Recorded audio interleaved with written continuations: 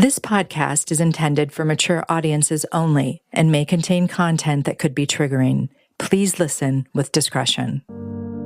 There are moments, especially as mothers, that feel impossible to put into words. And this recording session was one of them. In this episode, we are not just talking about Stephanie's trauma. We are talking about her children, their pain, their innocence, and the moment Stephanie could not protect them, and the deep pain this has caused her. When a child speaks up about abuse, they're not always believed. In fact, more than 60% of children who disclose are either ignored, dismissed, or not taken seriously during childhood. Stephanie didn't pause. She believed her daughter, and with that belief, that instinct to listen, she jumps into a mother's first act of protection in this next chapter of her life. I had to think about it later. I was like, if it would have been a false accusation or something, we would have dealt with it later. But right then, it was nothing but truth to me. And I had no idea where she was. She had already gone over to somebody's house. I think it was like 7 p.m. It was dark. She never came home from school. And I had still not even heard this from him. He was at home. You think that he would have messaged me, called me something and said, where is she? But I realized at this moment, I was like, I have a 12-year-old at home. I have my older daughter who is at somebody's house I don't even know, and they've already called the police to file the report. My first thought was like, my oldest daughter's safe right now, but I've got another child at home that is with this person that I just found out did this. I was so unbelievably out of control at that point. Like, my body was shaking. My lovely client at the time, we didn't even finish her hair. And she got me calmed down. She's like, you cannot drive like this. She helped me get calm enough to get my senses about me to deal with the situation as much as I could. And she even offered to replace the locks in my house that night. I mean, it was very kind. I was very, very thankful for her. And so I went home. I walked in the house. He was sitting in the living room on the couch, playing a video game, as he most of the time was. And he looks at me, and at this point, I walked upstairs and I told my youngest daughter, I said, please put on your jacket, because it was cold. I said, go get in the car and don't ask any questions. They did. And I went back downstairs and stood in the foyer looking. There's like a little landing. And so I was looking across the room at him. And I asked him where my oldest daughter was. He said he didn't know. I said, don't you think it's weird that it's dark and she didn't come home from school today? And you haven't told me this? And he's like, do you want me to help you look for her? And I said, no, I'll go look for her. You stay here. And I was trying to stay calm. Inside, I was vibrating. I'm sure I did not sound or look as calm as I was really trying to portray that I was. He knew. I mean, he didn't move. He sat there, and that was it. He didn't move. I went out to the car. My youngest daughter is already in the car, as I asked her to be, and we literally make it to the school parking lot, which is a block, not even a block away. And I have to get out of the car, and I just literally had a panic attack. My poor kid's sitting in the back seat. She has no idea what's going on at this point. She's just listening to what I'm telling her to do to keep her safe. And I am in a parking lot in the dark. I just can't even get myself into a place to think straight at that point, because I had no idea even where my oldest daughter was at this point. I didn't know which house she was at. I couldn't get a hold of her. I kept trying to call her, but because they were filing the police report, she wasn't answering. And it was crazy. And I finally reached out to my sister. Although none of us were talking a lot, we weren't on non-speaking terms, you know? And she helped pull me together enough that I could breathe and drive. I find out where my oldest daughter is, finally. And I go over there, and oh my goodness, I didn't know these people. It was a friend of hers from school, their parents. And I asked if they can have both children stay in the house for a second. And I know that's odd because I didn't know them, but at this point, I needed to get back in that car and talk to him. And so they went in the house and they stayed in the house with these people. And I went out to my car. And I just had to swallow so hard and just get myself together to calm down enough to have this conversation, because I knew he was a ticking time bomb. And if I did this wrong, it was going to be worse for all of us. It's terrible because you always think if somebody messes with my kid, I'm going to kill him. Yeah.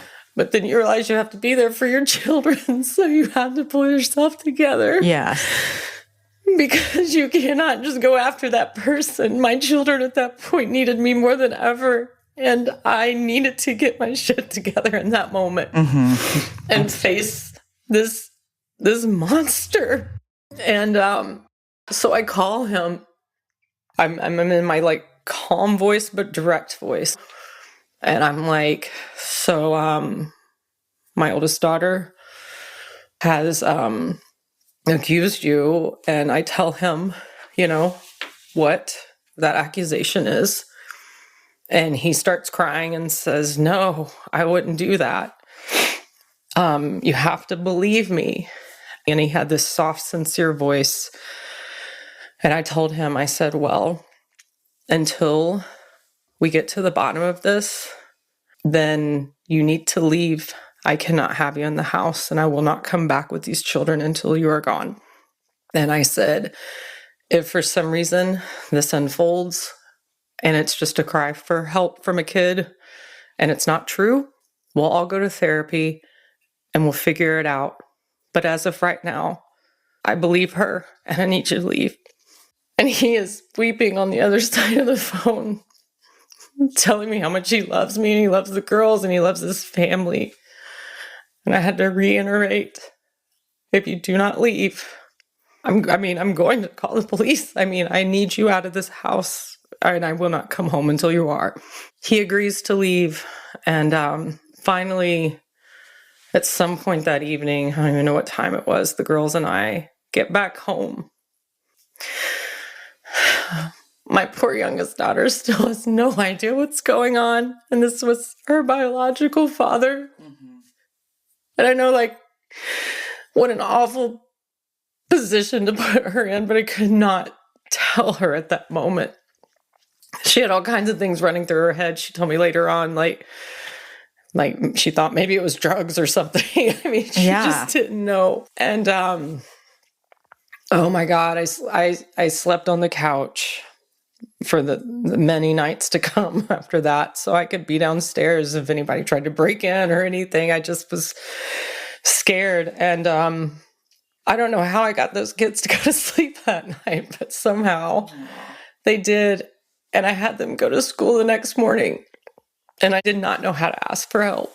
And I needed help so badly then. And I still, as people started finding out along the way, people were insisting on helping me. But in that first few weeks, I did not tell people. And so I needed the kids to go to school because I knew that's where they would be safe. I talked to the administration and the principals before they were at school, made sure that they knew that he was not to come in, and make sure that they were never to go home with him at this.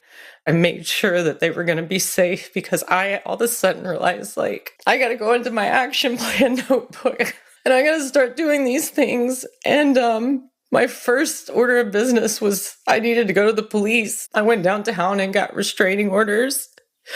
I found a lawyer. I was still having to work some days in between all this. And with very little evidence, it's just a child's word against another adult in the home. I mean, that's all you have, and you hope for the best, There's no physical evidence at that point. And they said it is actually very rare that happens.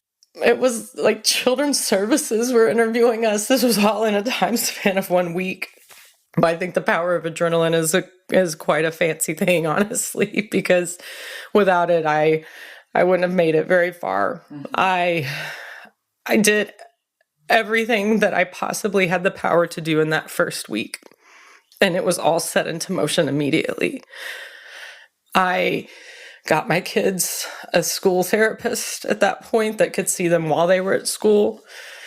I was either having clients pick them up and bring them to the salon after school, or I was taking like a break at that point in my day, picking them up and then bringing them back because I didn't want to ever leave them at home by themselves. And so they would sit at the salon with me all evening doing their homework because I had to work. I mean, I literally went into single parent mode overnight because It wasn't like he was sending me any money or begging for anything at this point. I literally got stuck with every single expense we had. And so it's weird. You got to juggle that part of your life, be a mom, try not to fall apart in front of your kids daily. They were strong kids. I want to say at this point how proud I am of my oldest daughter, that she had the courage to actually stand up and say, "No, I will not be a victim to you."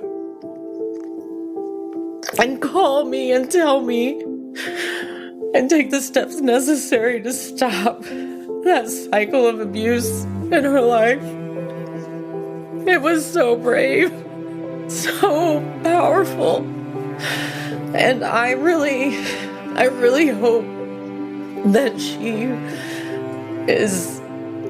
always keeps that fire ignited in herself to advocate for herself, because she is an incredible human for doing that and not hiding. 3 out of 4 confirmed child abuse cases involve a parent or caregiver as the abuser. When home isn't safe, it's not just about getting out. It's about proving something most people don't want to believe. It's so unfortunate because as I was talking to the police during this interview, they interviewed each of us individually.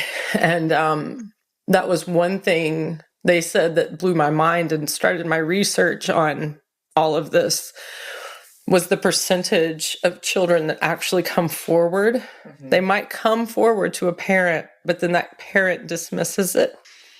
And so a case like this, where we showed up and said, "Hey, this is what happened," we did not have substantial evidence other than a child's,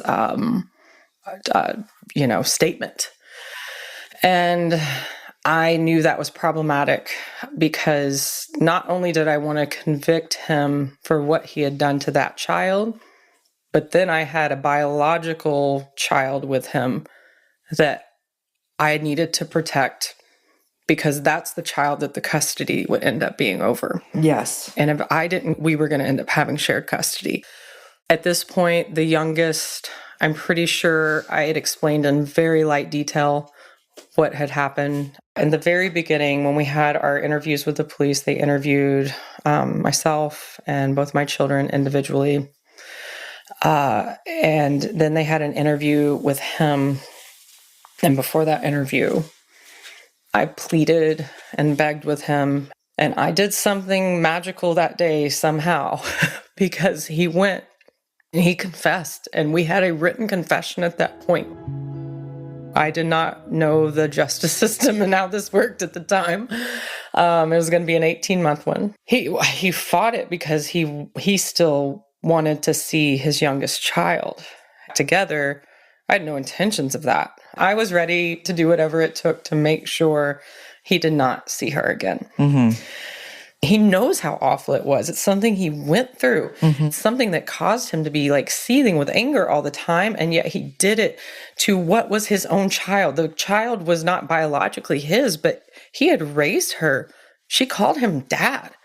So of course he's calling me a monster and everything else. I did not care. He could call me every name in the book. I hate the courthouse. I hate our justice system sometimes as well. I'm not going to lie, because I know in this situation, I realized I had always had judgments before, in all honesty, about these kinds of situations and why mothers didn't fight harder, blah, blah, blah, you know. And then when you're in this situation, you realize like it is not black and white and it is not cut and dry. I had to fight to get this man convicted. How? Because the child's age, we have no proof. We just have statements. But because there was nothing recollected before the age of 12, I believe it was considered a misdemeanor. And there were all kinds of other legal, reasons. You could only get so much. So, and towards the end, it was either 30 days in jail and then some kidding? Therapy, blah, blah, blah, or 15 years as a sexual offender online with, I don't know, I think it was coupled with like a few years of probation and group counseling and stuff like that. And I chose that route. And I had a great attorney in our custody battle who helped me get, for the oldest child, a 5-year protective order was in place.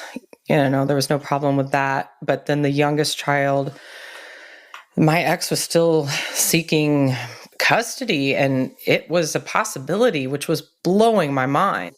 Every time we went to this custody hearing or something like that, he had not finished his criminal trial. He kept a continuation, And so there's sometimes my attorney and I would even show up to things for the custody battles, and they had already filed a continuation. So I was having to pay my attorney every time.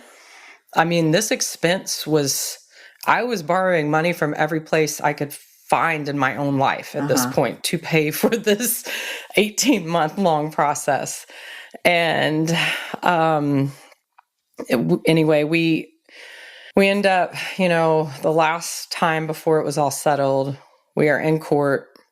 This judge, she finally looks at him and says, "You are not finished with your criminal case?" And he's like, "No, ma'am, no, Your Honor, whatever." And she just scolds him and says, "We're not doing this again," basically, until you finish that criminal trial, which needs to be done by such and such. He did end up getting convicted and getting the sentencing that I had chosen, which was the long game.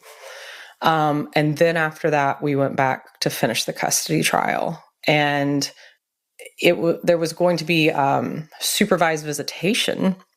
And I told my attorney, I was like, I cannot be okay with my child having to go to a supervised visitation with this monster. No. And so he was wonderful because he was able to word it in a way that there would have to be so much therapy between both parties and then therapy together before there could ever be supervised visitation. Therefore, there was never a supervised visit. And once they turned 18, we were out of, in the clear. Once that time was over, I messaged him and told him everything I thought about him. I'm thankful I had a good attorney. And I would not want anyone to ever be in the situation I was in, but I know that's very common.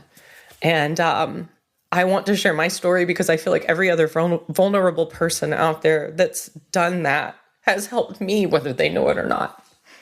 And we have to empower each other with vulnerability. And so, although I was fighting for all that, we're about to meet husband number 4.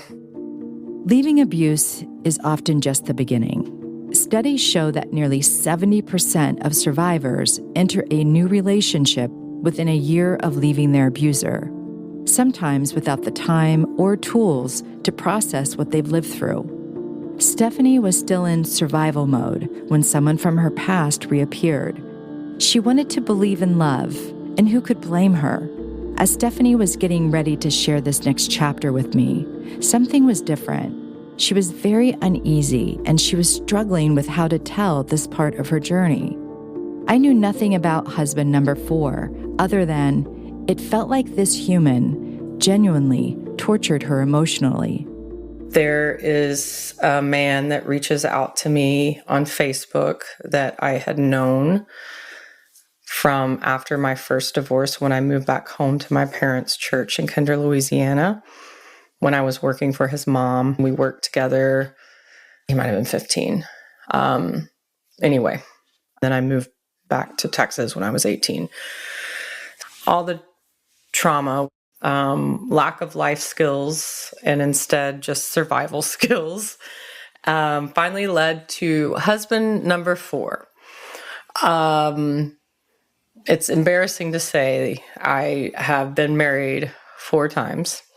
I just still have a hard time wrapping my head around it. Sure. Because it just seems just a little crazy, you know. Sometimes I'm like, how did I not get it? It was March of 2015. I sent my kids to Colorado with my sister, hoping they could just have a break from life because they deserved it. And during this time, this was the guy that I had met years and years ago at my mom and dad's church. He had found me on Facebook. He just happens to see me post my wedding rings on Facebook. And because I was selling them, because I was trying to make money to pay for this divorce and custody battle and criminal case, you know. So post those wedding rings on Facebook. He messages me pretty quickly. It was hard for a while because when you get out of a relationship, it is hard to understand and you feel so incredibly stupid. And I luckily had the encouragement from others that had been through these similar situations, and they were very strong women. And I knew if they could fall victim to this, that anybody could. This is where my first real big, like, identifiable trauma bonding experience comes into play. And the only people I can think of that before this that I truly had an actual trauma bond with were possibly my parents, specifically my mother. And the signs of trauma bonding, just so we can be aware, it's like you ignore the red flags for love. You're exhausted but don't communicate. They have controlling behaviors. You rationalize their behavior. And, you know, the first did start with the love bombing. I mean, the affections of love early on, gifts, which he was even sending me things in the mail already. He just acted at first like he wanted to be there for me. He was sorry that I was going through a hard time. And it quickly escalates to, you know, him telling me how much he's always loved me and how much he has waited for me all his life, even though he's married. He still has held me in his heart or whatever. I do not tell my kids at first. And then my guard went down because of a familiar person in my life that all of a sudden had expressed love for me and told me so many amazing things that I felt like that cloud 9 almost experience. And so I tell them because I'm thinking, maybe this is different. Number 4. It's like, this is somebody that I knew before. It's not a stranger. I just felt like this is different. And maybe this is my true love. Maybe this is finally the good thing that happens after all this chaos. And he also had a wife and a child, but he was telling me that she's wanted a divorce for so many years and he kept telling her no. But he made it sound like he was the one keeping their relationship together. And he finally granted her this divorce. And it's because he had been waiting for me all his life. I just wanted so badly to be loved. And all. He convinced me that we were meant to be together. And so literally within that few months, he moved to Ohio and moved in with me. It was like the end of April, beginning of May. We'd only been talking for 2 or 3 months. I mean, this was fast and furious, and so I'm a wreck already. There were gifts. He would bring the girls like Bose headphones. He bought me this new Dyson vacuum, and those things had never mattered to me, like gifts and stuff. But it was weird.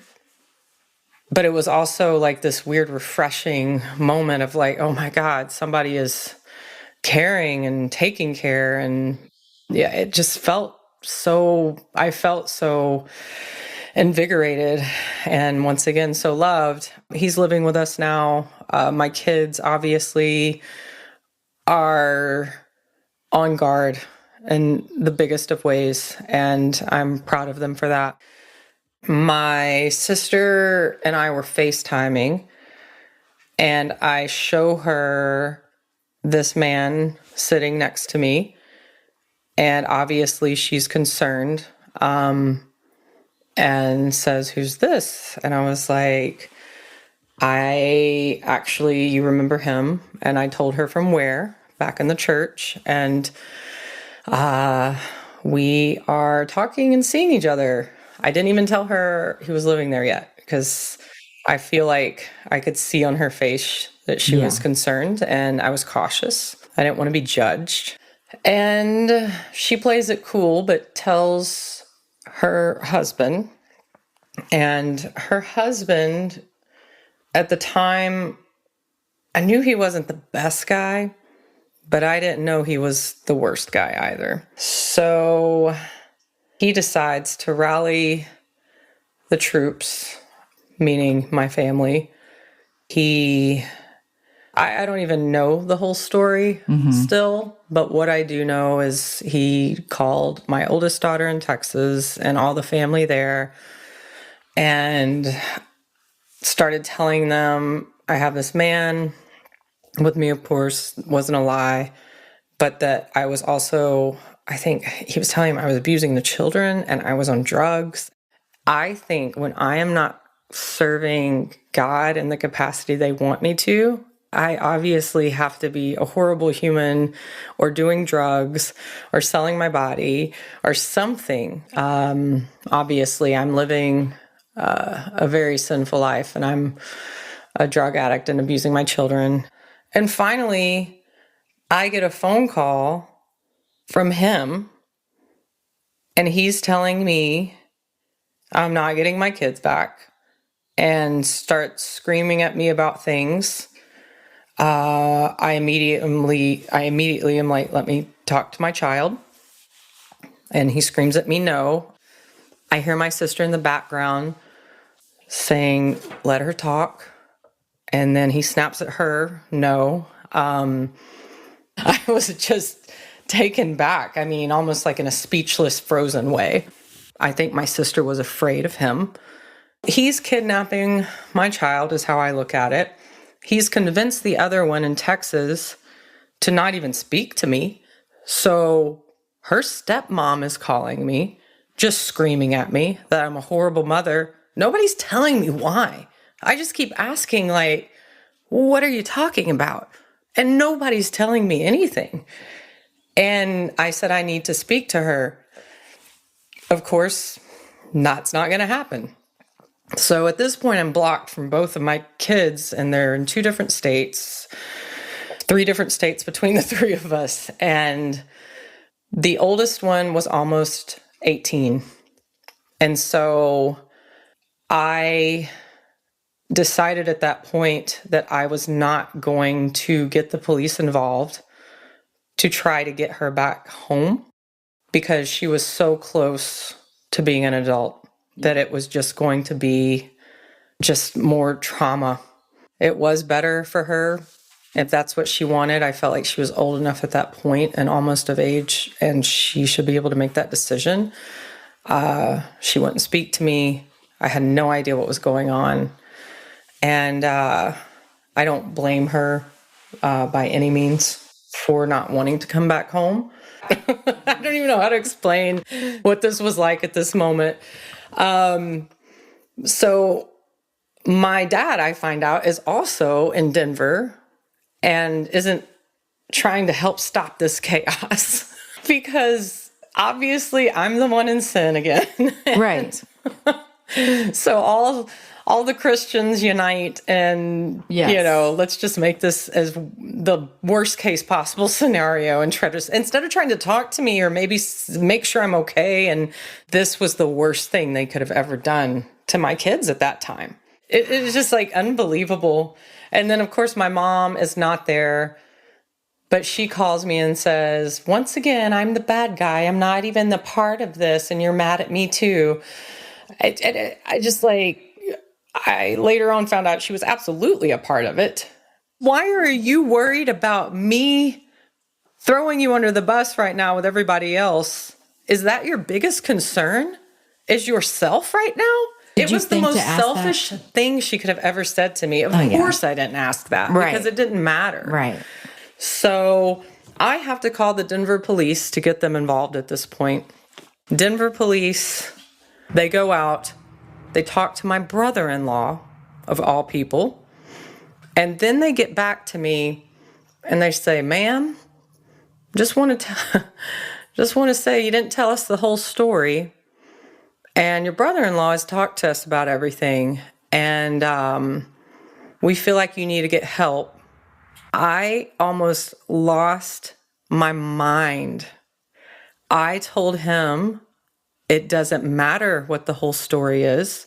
That is my child, and I will file kidnapping charges if that child is not on the plane tomorrow morning. They have no custodial rights. And I was just, at this point, so frustrated because even calling the police, they went out and talked to him, believed everything he said. Are you mad at your sister right now, though, a little bit?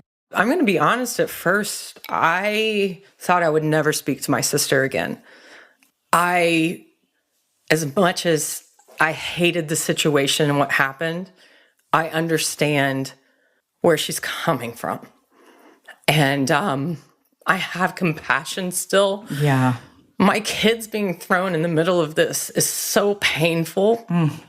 I wish somebody would have advocated for them at that point in this man's hands. But I also understand how that fear literally has you frozen and how manipulation and abuse over time. Family court can feel like its own battleground, even when a parent is accused or confesses to abuse.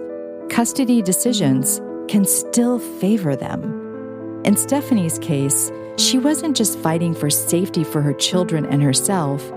She was actually trying to prove she was a fit mother, at the same time recovering from the abuse and betrayal from a husband she trusted. I do get my child on the plane that next day. You did? Yes. I picked them up at the airport. The man at this point, soon to be husband number 4, is with me. My child is acting scared of me, which was something that I had never experienced.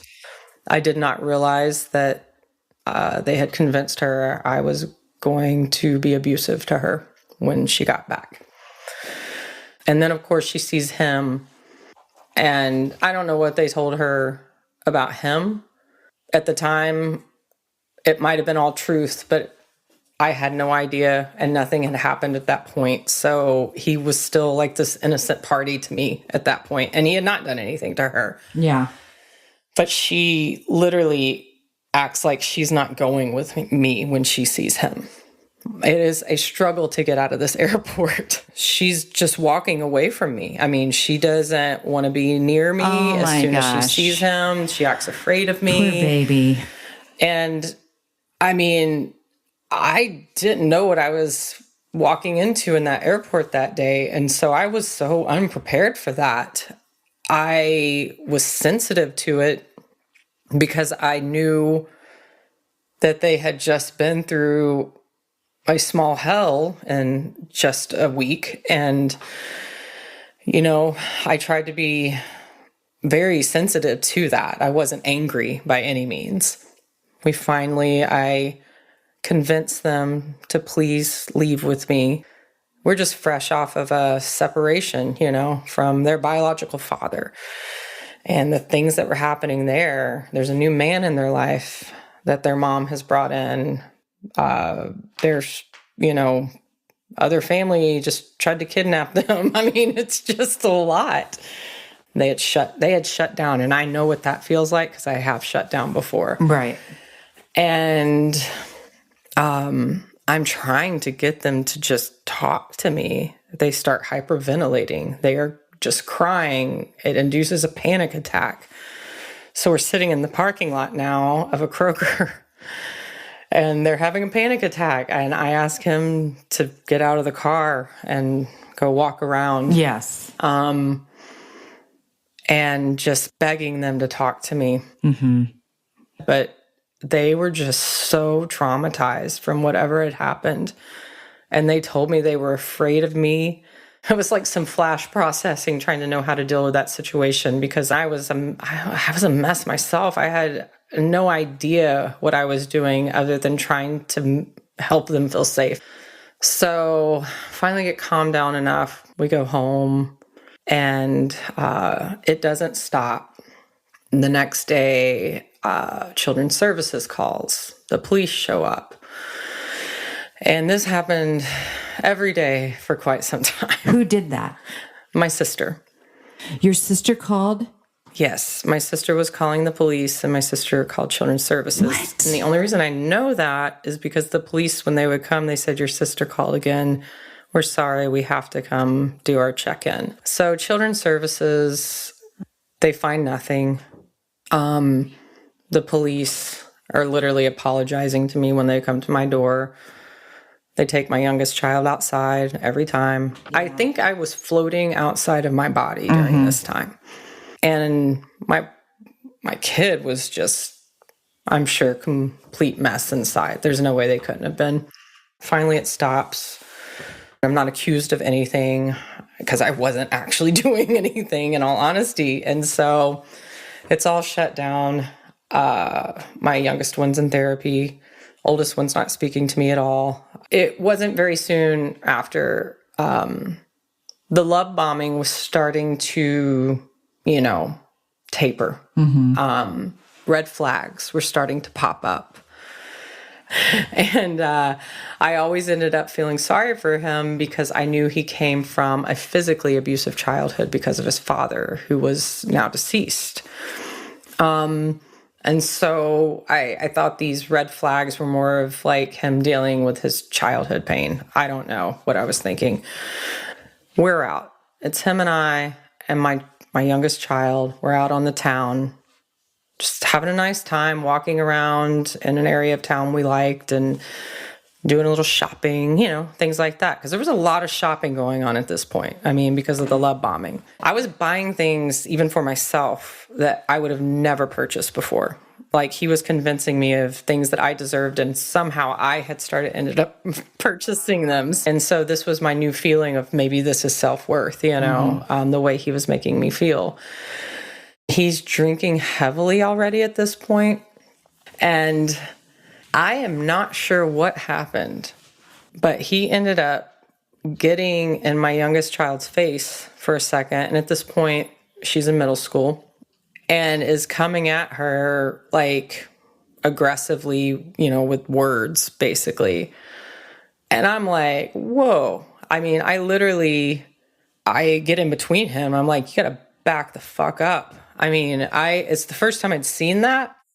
And then she's hyperventilating. I have to go into an alleyway, calm her down. Aww. He keeps trying to come at me to keep talking about like what's wrong. And I got my hand out telling him he needs to leave now.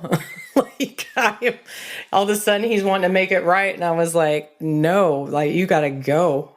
And so he leaves finally. I get her calmed down, we just start walking around. We walk for a long time, actually. We walked until we ended up in another part of town.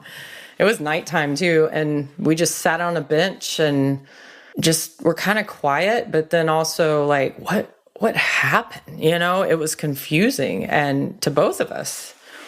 And so we end up Ubering home. So my youngest child and I go to sleep on the couch together. It was like a sectional. And he does end up coming in, and I am like, and he's just crying, and he holds my hand and starts asking for forgiveness. He has a problem with alcohol, and that was the problem tonight. And he will go to AA, and he will get a handle on this. I mean, it was the start of a very confusing time for me, because I have always been one that has compassion for people and wants to help people. And I thought, oh my God, he was abused as a child. He does want help. This was an outlash, not in a physical way again, so just in a verbal way. And he wants to get help, and he's telling me this, and he is truly broken from this night. And I tell him to give us space, and I'll think about it, and decide to let him follow through, with AA and whatnot. That lasted such a small time, but he immediately would show signs of improvement, and then almost start the love bombing process over again, but on both of us, where, he would be so good to my child, and he'd be so good to me. And it started creating this roller coaster of ups and downs, creating like that trauma bonding. I mean, where it's like, there's so many bad things happening. And then all of a sudden this, elevating words of positivity, and mentally, especially for two people that are already pretty mentally, disturbed from what's happened already in our lives. And so he started making like cruel jokes, but then he would laugh and say, oh, no, I don't mean it. I don't have bad intentions. I would call him out, and that's how he would spin it every time, though. He would start spinning it as I was the one with the misconception of what he was saying. The manipulation, the gaslighting, the control blended into chaos. So I was just floating outside of my body and never... I could not think straight at this point. And he still convinced me that we were meant to be together, and I married him, had a beautiful wedding. But yeah, 2017, my parents didn't even know I was getting married. I hadn't spoken to my parents at this point since 2015. He mentally got into my head in a way that I started feeling like a bad person and like the bad guy. He would get me so angry about something on purpose, and then sit back and cross his arms and smile while I was angry and sobbing, and then tell me that I had abusive tendencies. He was doing the same thing to my child, and we were both withdrawn. I finally decided, I was like, we got to have a Friday girls' night every Friday. And I would start taking her out, and we would literally go sit in the car and cry together, and we didn't know why. Like, we were exhausted. He started volunteering at her school eventually. What? And was helping other children and got a volunteer award. He started cosmetology school, and I was a cosmetologist at that time. So I was supporting him completely at this point so he could finish cosmetology school, so he could come work with me. If I did music and he encouraged that, then all of a sudden he was doing music and buying all this equipment. When my child wanted to start painting again and I set up an art area, then all of a sudden he was a painter. Everything we did, he latched onto it. No one was ever alone. He's at my child's school. He's working with me. We live above the salon. He's convinced me that I need to file bankruptcy. And so I had a Lexus SUV at the time that went with that. So then all of a sudden I had no car. He started pitting me against my friends in any way he could, telling me things that he felt like they were doing or saying. I just stopped having people over because I didn't want them to be offended by him. And every time I got to the point where I was like, something is wrong, I am not putting up with this, that's when he would come back in with that like positive, confirming love again and break down in front of me. It was a definite show, a production at that most of the time, an absolute production. And I was also isolated, and every day with him, there was no alone time. It's like having this little prison built up around you and not even realizing how it happened and being so confused. I had no self-worth. I was losing my identity as a person. I couldn't think straight. He would make me end up talking in loops and circles to confuse me and then convince me that I had said something I never said. I didn't have thoughts anymore. I was so drained of all life in my body. I had started becoming very sick. I couldn't eat a lot of foods.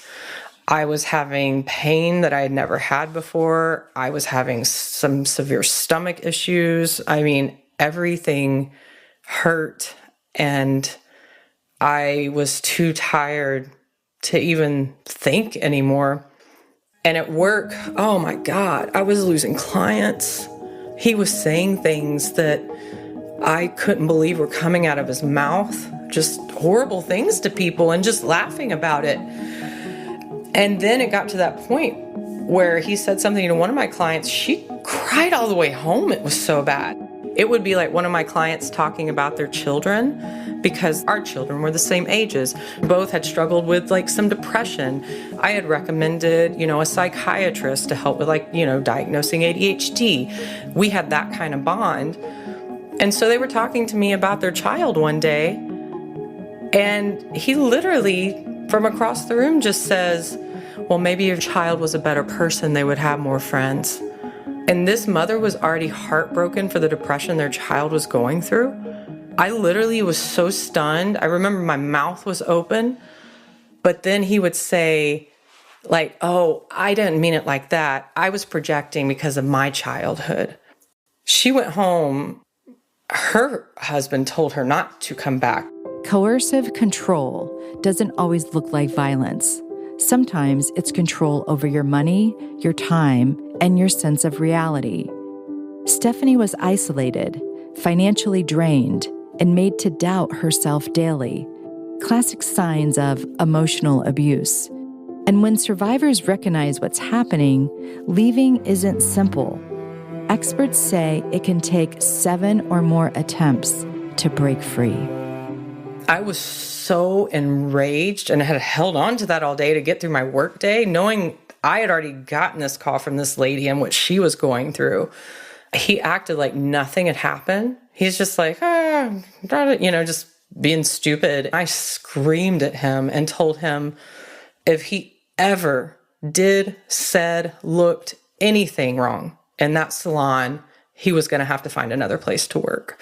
So from there on out, the new torture was he would look at me when he was about to say something and he'd be like, oh, sorry, I can't say that. Stephanie's got her eyes on me. All the time. Like, I was constantly like on high alert. I was having panic attacks before I went to work. I hated everything about my life at that point and didn't understand why I was the bad person, because I still believed that because of what he was doing. He did have narcissistic personality disorder, which is so different than just tendencies. Like, you couldn't even say a sentence without it being turned around, upside down, inside out, and you don't even know who the hell you are. I was empty. I was empty inside. I was tired. I was confused. I thought I was a problem. So you just get tired. I mean, he's heavily drinking. He's stealing, like literally stealing from stores and stuff. And like, did you see him? Like, or how did you know he was stealing?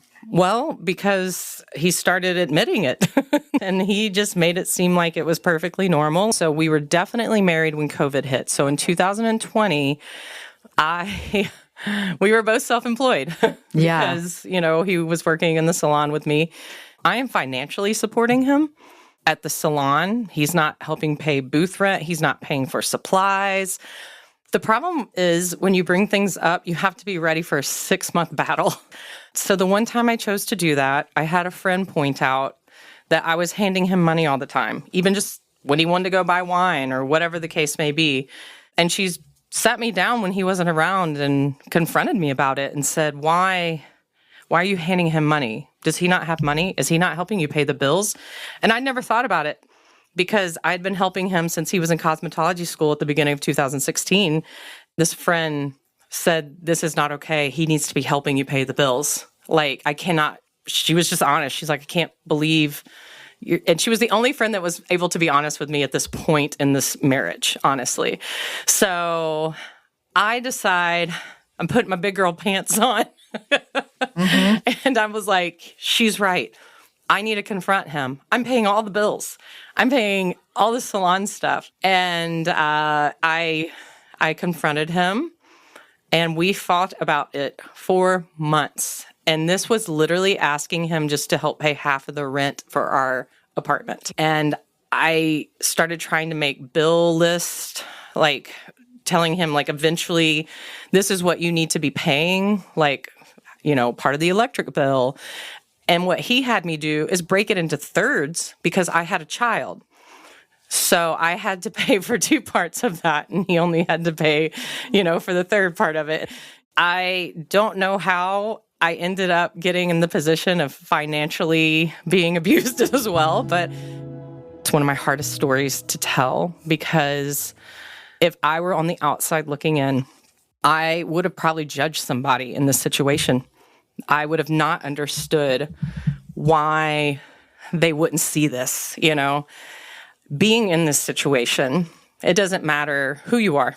It doesn't matter what your intelligence level is. None of that matters because narcissists will destroy whatever they can get their hands on. And the better they get at it, the easier it can be to fall into that trap.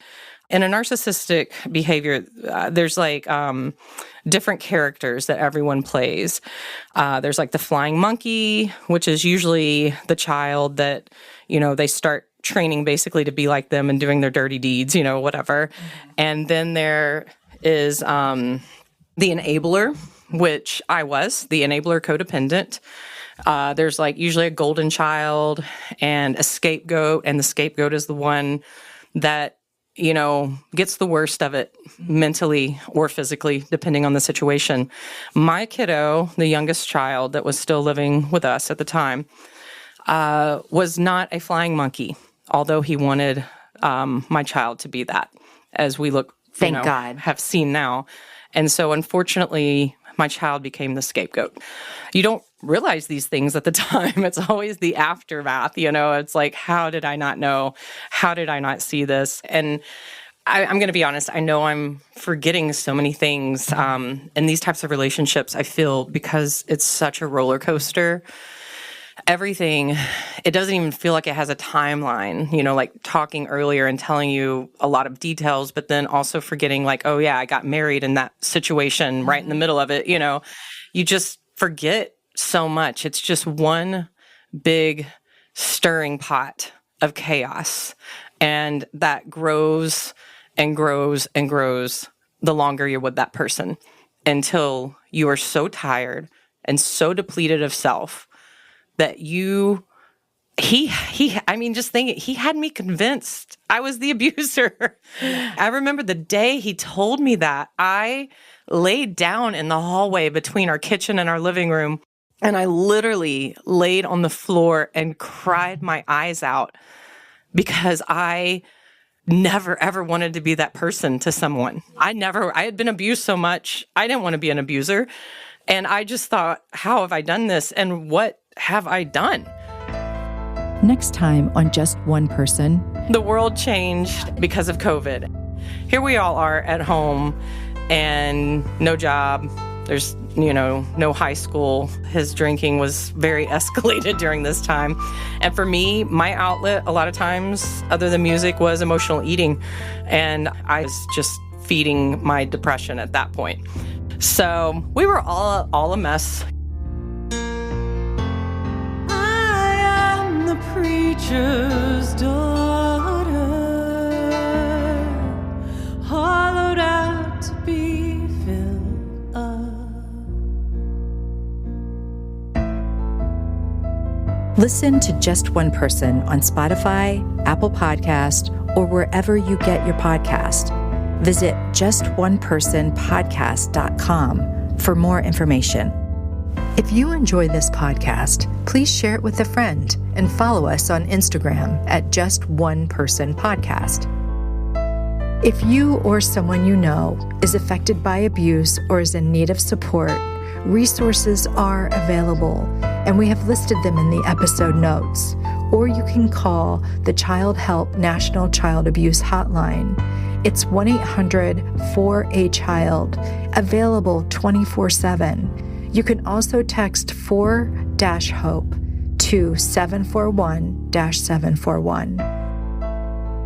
Just One Person is produced by J1P Productions, executive produced by me, Lisa Bloom, lead producer and story editor, Carrie Caulfield, sound design by Alejandro Ramirez. A special thanks to voice actor Scott McKinley portraying Stephanie's dad. Our heartfelt thank you to Stephanie's partner, Melissa Weaver, and my wife, Julie Koleski, for being a part of the Podcats team. Also to Stephanie's 3 close friends, Krista, Annalisa, and Bex, for participating in this series. Music for this podcast is from Epidemic Sound and Soundstripe. Original music recorded and performed by our first season's guest, Stephanie Michelle and the Michelle Band. I am the preacher's daughter, hollowed out to be filled